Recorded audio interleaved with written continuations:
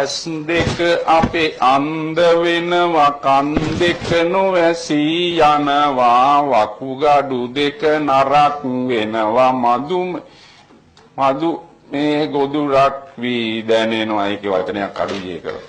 එක්ක වැඩි වෙලා මේක ලියලා තියෙන්නේ. මම ඉල්ලුවා මේක මේ හරියට ලියලා දෙන්න කියලා නෑ මේක.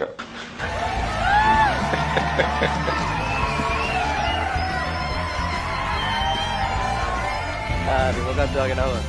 මෛත්‍රීපාල දිරිසේන. වයස කීයද? දැන් 69යි. ඔයා කොහේ ඉඳලාද? පොළොන්නරුවේ ඉඳන් කියන්නකෝ විස්තර ටිකක්. මම මේ ගමේ භාෂාවෙන් කියනවා නම් හොඳට කුණු වෙන්න බොන කෙනෙක්. Wow, really?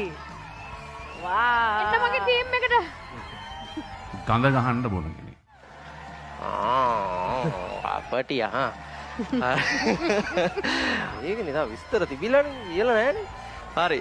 සාමාන්‍යයෙන් 100ට ප්‍රතිශතයක් හැටියට ගත්තාම 100ට අඩු ප්‍රමාණයක් පිළිහිටන කටහඬක් තමයි ඔයාලට පිළිහිටලා තියෙන්නේ.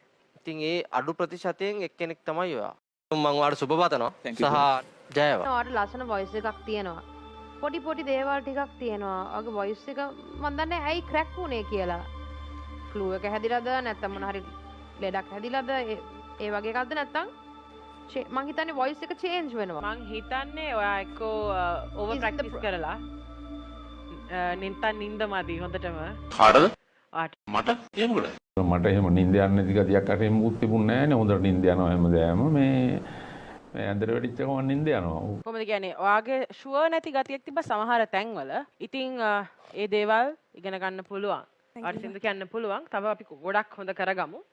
මගේ ටීම් එකට ආවොත් ඒක කරගන්න පුළුවන්. මොන වගේ ගිට්ටුද කියලා තියෙන වෙන කම්පිටිෂන්ස් වල? අමරබන්දු රූපසිංහ. ඔයාලට පුළුවන් ද කොටසක් ගායනා කරලා පෙන්වන්න අපිට? අමරබන්දු රූපසිංහ අමරබන්දු රූපසිංහ අමරබන්දු රූපසිංහ අමරබන්දු රූපසිංහ.